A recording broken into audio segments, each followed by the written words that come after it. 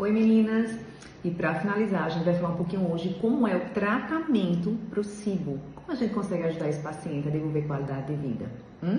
Pois bem, o principal critério, feito inclusive obviamente por médico, é o tratamento com antibióticos, já que se trata de um supercrescimento de bactérias patógenas.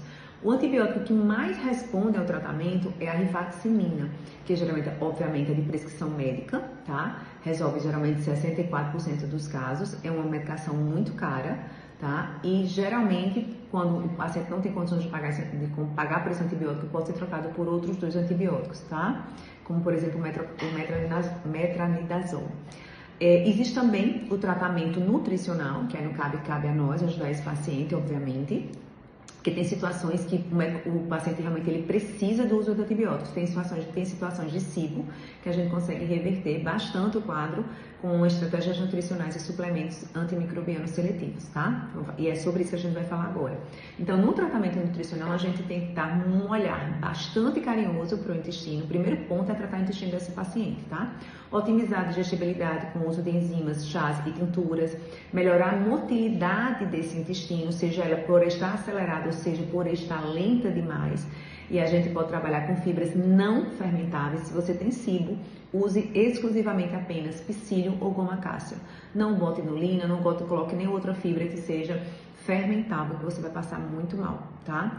Cuidar com muito amor e carinho dessa barreira intestinal, ajudando a fechar essa permeabilidade, diminuir a inflamação, seja com glutamina, com peptídeos de colágeno, que é maravilhoso. Não faça uso de whey protein, que muitas vezes os pacientes têm grandes queixas de intolerância, infelizmente. E também ajudar essa barreira com as fibras solúveis, como eu mencionei anteriormente. Reduzir inflamação e excesso de bactérias patógenas. Eu amo a experiência com berberina. Berberina é um antimicrobiano seletivo, tem ação anti-inflamatória também.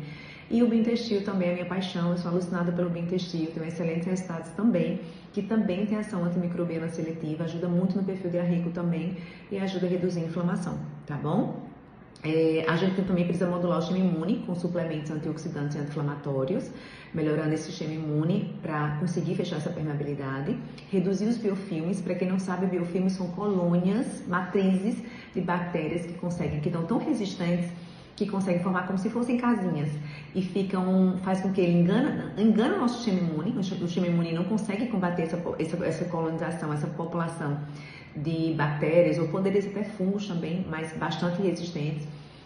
Não consegue fazer com que antibióticos, antifungicidas conseguem penetrar e conseguir solucionar, reduzindo essa população. E vamos imaginar, por exemplo, uma população de biofilmes. Tártaro, sabe aquele tártaro que o paciente escova o dente e não sai? Ele só consegue sair aquele tártaro bem antigo, já amarelo, quando ele vai para o dentista tem que fazer aquela raspagenzinha. Pronto, ali é um biofilme, já ganhou resistência àquela população de bactérias da boca e aí a gente precisa, obviamente, partir para um profissional para ajudar, tá bom? Então, muito cuidado para que vocês não permitam que excesso de fungo ou de bactérias se transforme do tipo biofilmes, tá? E probióticos, quando se trata de pacientes que não têm estufamento. A gente não usa de cara probiótico em pacientes que têm SIBO, a não ser que seja do perfil diarreico, tá bom?